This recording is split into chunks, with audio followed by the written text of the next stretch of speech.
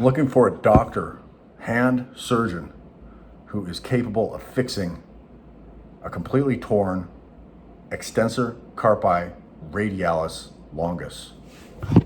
Check it out. This is the right side here.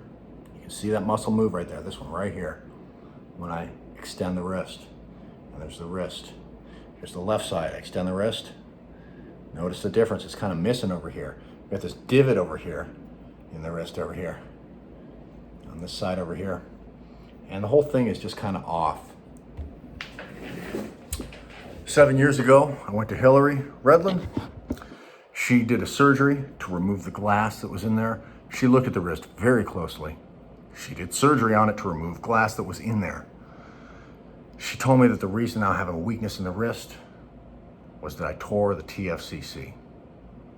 I need a wrist widget, she said. Get the wrist widget.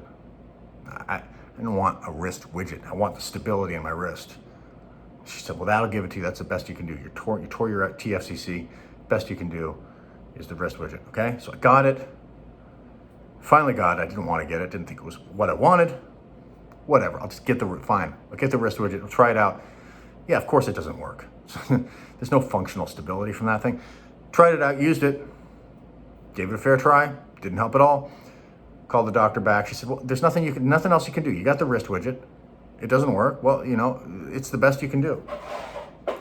So that was it. In my head, thought I tore my TFCC. That's what I had in my head. I tore the TFCC. I trusted the doctor. The doctor told me I tore the TFCC. That was the problem. That was not the problem. So, several years later, I was in a hand doctor's office about problems with my hands are too tight. So I'm having some issues with mobility and flexibility it's just too tight. The extensors are overpowering. And the doctor's telling me, I'm showing him my hands. He's like, ooh, it looks like you tore your Extensor Carpi Radialis Longus.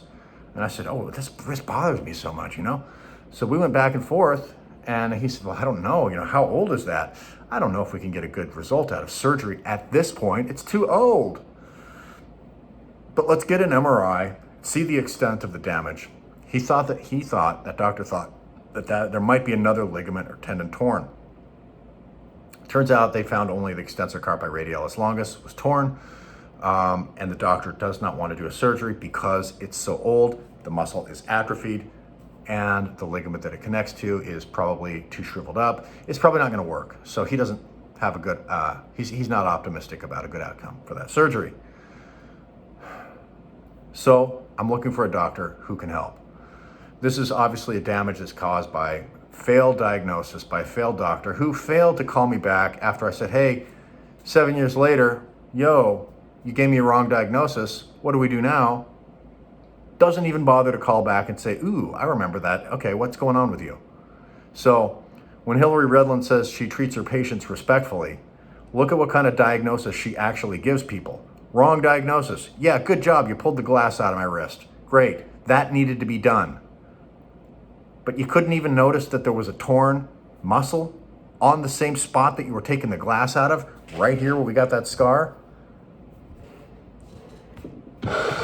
Here's the scar. You can see that there. That scar, that's where the glass came out of. You can see that's torn there. There's something missing there, and that's why we got this little divot there, because everything's out of whack. And this is the problem that I was pointing out to you again and again and again. Like, you saw it, you worked on it, and then what the hell? So I don't know how to find a doctor for this, but that's what I need. A doctor who can fix this problem. I'll do what it takes to do the recovery, to get a good outcome, because I want my wrist to work properly.